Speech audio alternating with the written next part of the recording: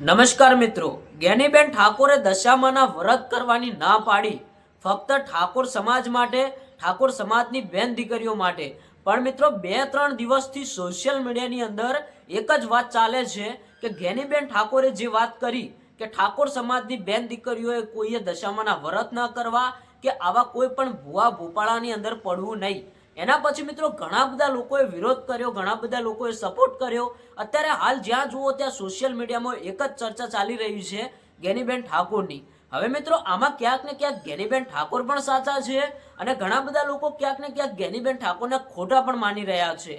મિત્રો મારી આ એક વાત સાંભળતા જજો, કારણ કે જ્ઞાનીબેન ઠાકોરે એવું નથી કહ્યું કે તમે વ્રત ન જ કરો, તમે કોઈ ભુવા ભોપાળાની અંદર ન જ માનો, અને એવું પણ નથી કહ્યું કે તમારે દશામાને ન માનવા જોઈએ કે તમારે કોઈ પણ માતાને ન માનવી જોઈએ કે કોઈ પણ ભુવાને ન માનવી જોઈએ. કારણ કે અત્યારે હાલ સમાજની અંદર અમુક એવા પણ ભુવાઓ છે જે કોઈ પણ ગરીબ જનતાને, ગરીબ લોકોને લૂંટતા હોય છે અને મિત્રો એમને કંઈક ને કંઈક બહાના કરીને, ડરાવીને તેમની જોડેથી પૈસા પડાવતા હોય છે. એમે મિત્રો અત્યારે હાલ આપણા ઠાકોર સમાજની વાત કરીએ તો ઘણા બધા લોકો કહે છે, જ્ઞાનીબેન ઠાકોર પણ કહે છે કે આપણા ઠાકોર સમાજની અંદર શિક્ષણની જરૂર છે, આવા ભુવા ભોપાળાઓથી દૂર રહો, એટલા માટે જ મિત્રો આ વાત કરી હતી. પણ મિત્રો આ વાત અત્યારે હાલ એટલી બધી ચર્ચામાં ચાલી રહી છે કે કંઈ વાત જ ના પૂછો. ઘણા બધા વિરોધ થઈ ગયા, ઘણા બધા વિડીયો બની ગયા. મિત્રો આ વાત કેમ કરી જ્ઞાનીબેન ઠાકોરે, ખુલાસો થઈ ગયો છે, તમે વાત સાંભળતા જજો. કારણ કે જ્ઞાનીબેન ઠાકોરે એવું કહ્યું હતું કે તમે જો દશામાના વ્રત કરો છો તો તમે ઘરમાં દશા બેસાડો છો. હવે મિત્રો તમે વિચાર કરો કે આપણે કોઈ પણ દેવી દેવતાઓની પૂજા કરીએ તો ભાઈ આપણને દશા બેસે કે એમનું ફળ મળે. પણ જ્ઞાનીબેન ઠાકોરનું કહેવું કેમ એવું હતું કે તમે પૂજા કરો કે તમે માતાજીને માનો, પણ ભાઈ એની પૂજા કરો, સારી રીતે કરો, એમને સારી રીતે સાફ સફાઈ રાખીને બેસાડો. હવે તમે દશામાના વ્રત કરો છો તો મિત્રો એક દેવી દેવતાઓને તમે તમારા ઘરની અંદર બેસાડતા હોય તો એનું કેટલું બધું સાફ સફાઈ રાખવી જોઈએ, કેટલા બધા ભાવથી એની પૂજા કરવી જોઈએ. અમુક લોકો મિત્રો જે સારી રીતે કરે છે એના માટે તો કોઈ વાત જ નથી, પણ મિત્રો અમુક લોકો એવા પણ છે જે દશામાની મૂર્તિ ઘરે બેસાડતા હોય છે, એને ટાઈમસર સેવા નથી કરતા, એની આરતી નથી કરતા. પણ અમુક એવા પણ લોકો છે કે જે દશામાની મૂર્તિ ઘરે બેસાડીને ઘણા બધા એવા કામ પણ થતા હોય છે જેના કારણે મિત્રો આપણા ઘરની અંદર દશા બેસે છે. દશામાની મૂર્તિ બેસાડવાથી તમને ફળ મળવાના કારણે તમને ઘણું બધું નુકસાન પણ થતું હોય છે. જ્ઞાનીબેન ઠાકોરની કહેવાની વાત એ જ હતી કે તમે જો વ્રત કરો, માતાજી ખુદ નથી કહેતા કે તમે મારા વ્રત કરો, માતાજીને તમે દિલમાં રાખો છો, માનો છો તો પણ તમારા કામ થઈ જતા હોય છે.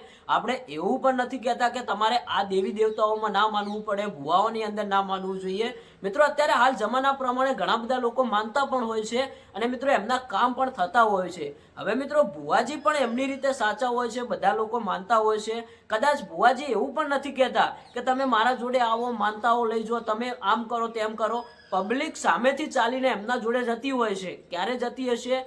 કોઈ પણ વ્યક્તિનું કામ થતું હશે ત્યારે મિત્રો પબ્લિક સામેથી ચાલીને ભુવાજી જોડે જતું હોય છે. ત્યારે મિત્રો ક્યાંક ને ક્યાંક ભુવાજી પણ સાચા છે, જ્ઞાનીબેન ઠાકોર પણ સાચા છે.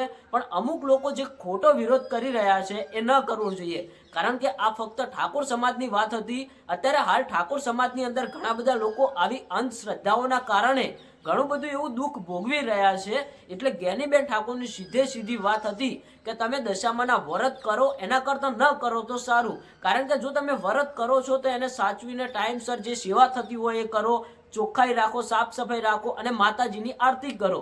અને જો મિત્રો આપણાથી આ બધું ન થતું હોય, આપણે માતાજીને ઘરે બેસાડતા હોય અને મોઢામાંથી એવા અપશબ્દો કાઢતા હોય, આપણા ઘરની અંદર કંકાળ થતો હોય અને માતાજીને પસંદ ન હોય, કોઈ પણ રીતે આપણા ઘરની અંદર એવું થતું હોય અને જો તમે માતાજીને બેસાડો તો મિત્રો શું કહેવાય, દશા બેસે એવું જ કહેવાય. એ વાત હતી જ્ઞાનીબેન ઠાકોરની.